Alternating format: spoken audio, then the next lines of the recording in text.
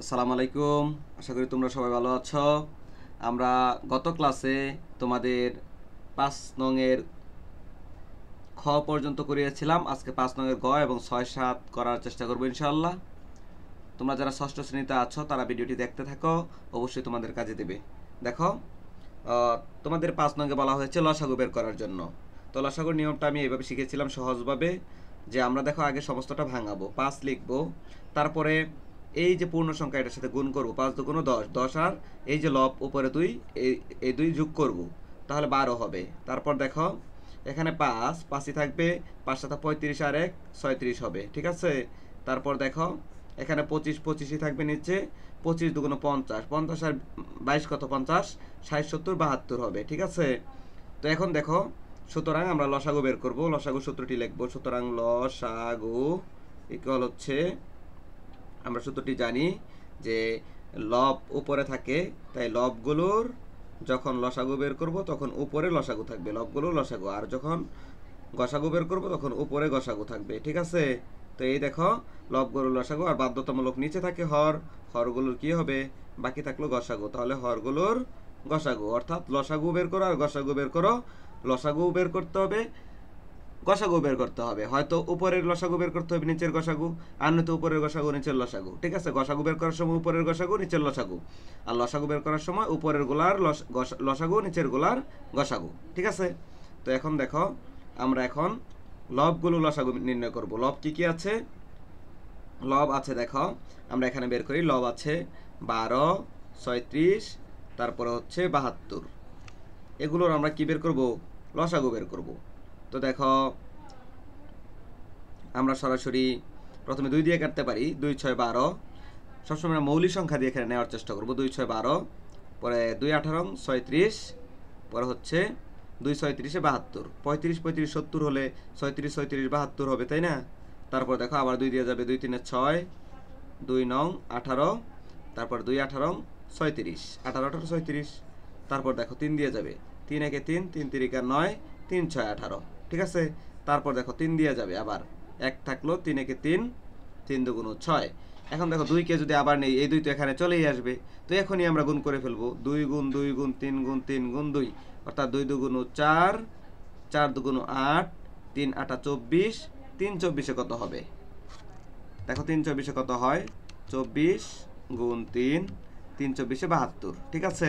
তাহলে আমাদের হবে উপরে লবগুলো লসাগু হবে 72, ঠিক আছে। এখন আমরা হরগুলোর গসাগু বের করব। হর কি কি আছে? 5 5 25। এখন দেখো 5 কে 5 দিয়ে ভাগ করলে 5 একে 5 মিলে যাচ্ছে, তাহলে 5ই হচ্ছে গসাগু। এখন 5 দ্বারা আমরা 25 কে ভাগ করব। 25 কে যদি 5 দিয়ে ভাগ করি, 5 5 25 মিলে যাচ্ছে, তাহলে দেখলাম আমরা যে গসাগু হচ্ছে এখানে 25, ঠিক আছে।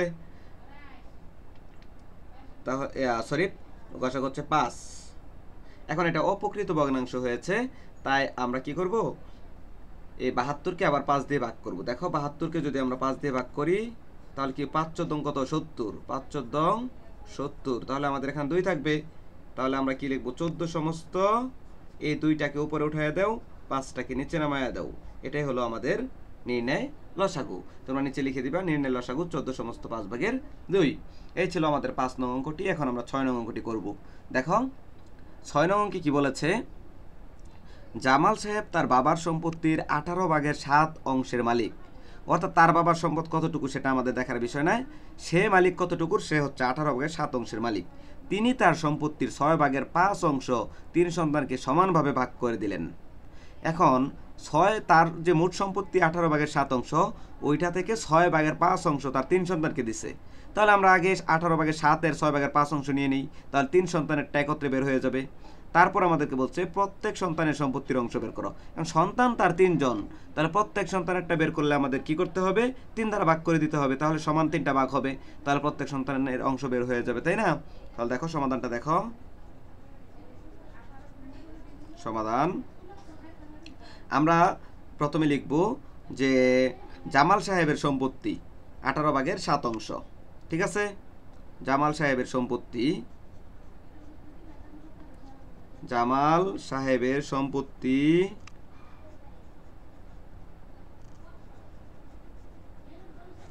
আমরা শুধু জামাল সাহেবের সম্পত্তি কেন লিখলাম, কারণ 18/7 কার সম্পত্তি, তার বাবার সম্পত্তির। এটাও লিখতে পারো যে জামাল সাহেবের সম্পত্তি তার বাবার সম্পত্তির 18/7, অথবা লিখলাম জামাল সাহেবের সম্পত্তি তার বাবার সম্পত্তির, সম্পত্তি বাবার সম্পত্তি, শুধু বাবা লিখলাম, বাবার সম্পত্তির 18 কত, 18/7। ঠিক আছে, তাহলে তিনি তার সম্পত্তির 6/5 3 সন্তানকে সমানভাবে ভাগ করে দিলেন। তাহলে 3 সন্তানকে দিলেন, সরাসরি লিখলাম, সুতরাং 3 সন্তানকে দিলেন, 3 সন্তানকে দিলেন। এই যে তার মোট সম্পত্তি হচ্ছে 18/7, এত এর কত অংশ দিলেন তার 3 সন্তানকে, 6/5, 6/5 অংশ। ঠিক আছে, অর্থাৎ 3 সন্তানকে দিলেন 18/7, যে তার মোট সম্পত্তি আছে সেখান থেকে ওইটার 6/5 অংশ, তাহলে 18/7 6/5 অংশ, অর্থাৎ এর মানে কি গুণ, তাই না? এখন দেখো, যেহেতু এটা গুণ, তাহলে আমরা উপরে নিচে কাটাকাটি করার চেষ্টা করবো বা ভাগ করার চেষ্টা করবো। দেখো 6 দিয়ে 5কেও ভাগ যায় না, 7কেও ভাগ যায় না, আবার 18 দিয়েও 5কে 7কে যায় না, 7 দিয়েও নিচের 18 6কে যায় না, 5 দিয়েও 18 6কে যায় না। যখন কাটাকাটি না যাবে, মানে ভাগ না যাবে, তখন উপরে উপরে গুণ, নিচে নিচে গুণ। তাহলে 5 7 35, আর নিচে 5 18 কত, 6 18 কত, 6 10 60, 6 8 48, 108 হবে সম্ভবত। আমরা ক্যালকুলেটর দেখে নিই, 18 গুণ 6 কত হবে, 108। হ্যাঁ, দেখো 108, এটা হলো 3 সন্তানকে তিনি 108/35 অংশ দিচ্ছে। ঠিক আছে, এখন কথা হলো প্রত্যেক সন্তানের সম্পত্তির অংশ বের করো। তাহলে সুতরাং প্রত্যেক সন্তানের সম্পত্তি বা প্রত্যেক সন্তানের সম্পত্তির অংশ বা প্রত্যেক সন্তান পাবে, সুতরাং প্রত্যেক সন্তান পাবে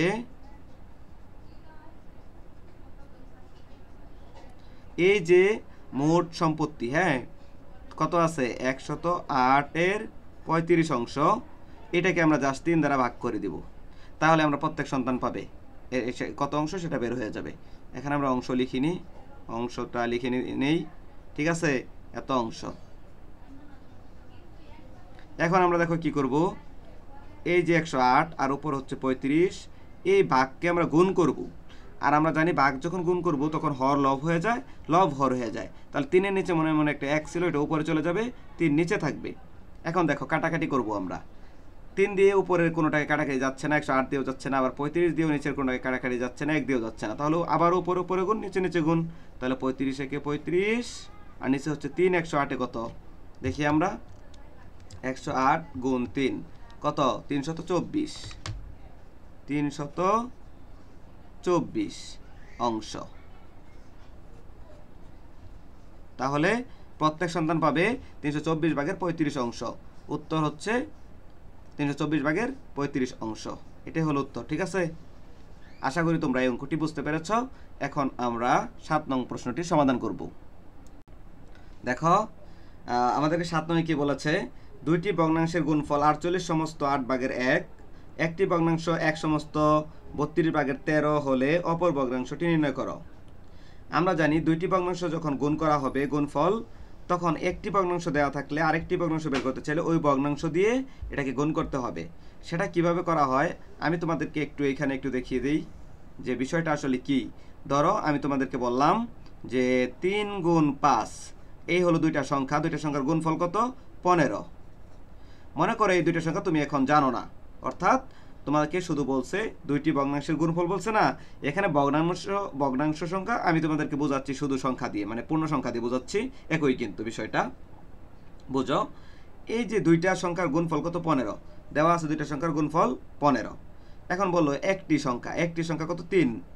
এখন অপর সংখ্যাটি কত, এখন তুমি এইখানে দেখতে পাচ্ছ একটি সংখ্যা 3 হলে আরেকটি 5। এখন এই 5টা বের করবা কিভাবে, এই যে দুইটা সংখ্যার গুণফল আছে না 15, এটাকে তুমি 3 দিয়ে ভাগ দাও, তাহলে 3 5 কত, 15। ঠিক আছে, তাহলে অপর সংখ্যাটি কত, 5। আবার ধরো এই যে দুইটি সংখ্যার গুণফল 15, সেখানে একটি সংখ্যা 5। এখন অপর সংখ্যাটি কত, তখনও তুমি দুইটি সংখ্যার গুণফল 15, এটাকে তুমি 5 দিয়ে ভাগ দাও, 5 3 15, তখন তুমি কি পেয়ে যাবা, অপর সংখ্যাটি 3 পেয়ে যাবা। তো একইভাবে এখানেও আমরা এটাই করব, যে দুইটি সংখ্যার যে গুণফল আছে দুইটি ভগ্নাংশের আর একটি ভগ্নাংশ দেওয়া আছে, যেমন এখানে একটি ভগ্নাংশ 3 যখন ছিল তখন উত্তর কত ছিল, অপর ভগ্নাংশটি 5, আবার যখন 5 ছিল অপর ভগ্নাংশটি ছিল কত 3। একই রকম ভাবে এখানে একটি ভগ্নাংশ এত দেওয়া আছে, তাহলে এটা দিয়ে এটাকে যখন ভাগ করব তখন অপর ভগ্নাংশটি পাওয়া যাবে। ঠিক আছে, তাহলে আমরা কি লিখব, আমরা লিখব এই যে এখানে 48 সমস্ত 8 ভাগের 1 দুইটি সংখ্যার গুণফল, দুইটি ভগ্নাংশের গুণফল। দেখো এটাকে আমরা জাস্ট এটা দিয়ে ভাগ করে দিব, তাহলে হয়ে যাবে, অপর সংখ্যাটি বের হয়ে যাবে। দেখো দুইটি সংখ্যার গুণফল, এটা আমরা দেওয়া আছে লিখতে পারি অথবা সরাসরি লিখতে পারি, দুইটি সংখ্যার গুণফল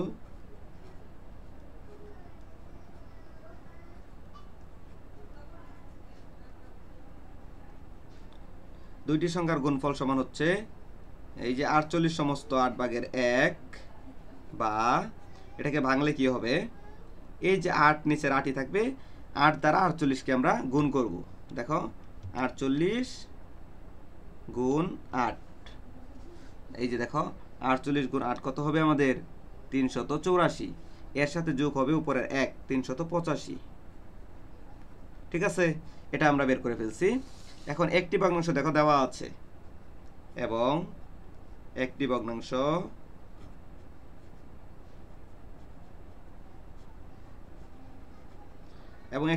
দেওয়া আছে 1 সমস্ত 32 ভাগের 13, বা এটাকে যদি আমরা ভাঙাই কি হবে, নিচে 32 32ই থাকবে, 32 একে 32 আর 13 যোগ হবে, তাহলে 32 আর 13 যোগ করলে কত হবে, 32 যোগ 13, এই যে দেখো 32 যোগ 13 45 হবে, তাহলে এখানে হবে কত 45।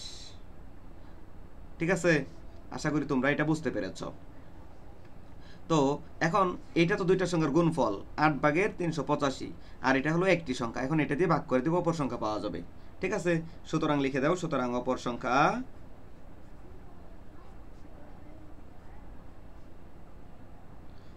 এটা যেহেতু ভগ্নাংশ সংখ্যা আমরা তাহলে অপর ভগ্নাংশ লিখবো। হ্যাঁ, অপর, সুতরাং অপর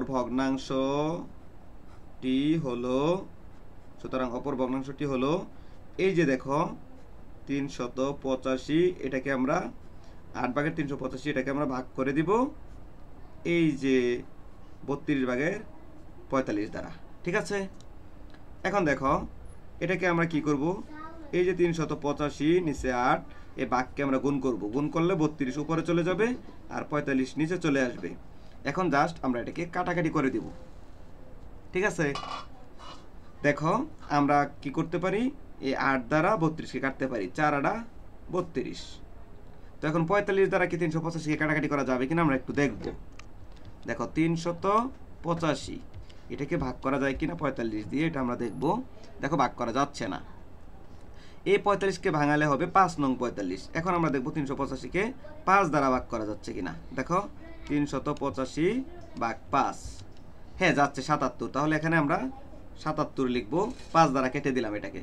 ঠিক আছে, 5 77 385, আর এখানে 5 নং 45, 5 নং কত 45। ঠিক আছে, এখন দেখো এটা 3 3 নয়, 3 দ্বারা কি 77কে কাটা যাবে, মনে হয় না, দশমিক আসে, তাহলে আমরা উপর উপরে গুণ করব, নিচে নিচে গুণ করব। 4 77 কত হবে, দেখো 77 গুণ 4, তাহলে কত হচ্ছে 308, 308, আর নিচে থাকছে 9। এখন এটা তো অপ্রকৃত ভগ্নাংশ হয়ে গেল, তাই না? এখন আমরা এটাকে কি করব, প্রকৃত ভগ্নাংশে রূপান্তর করব, অর্থাৎ 308কে আমরা 9 দিয়ে ভাগ করে দিব।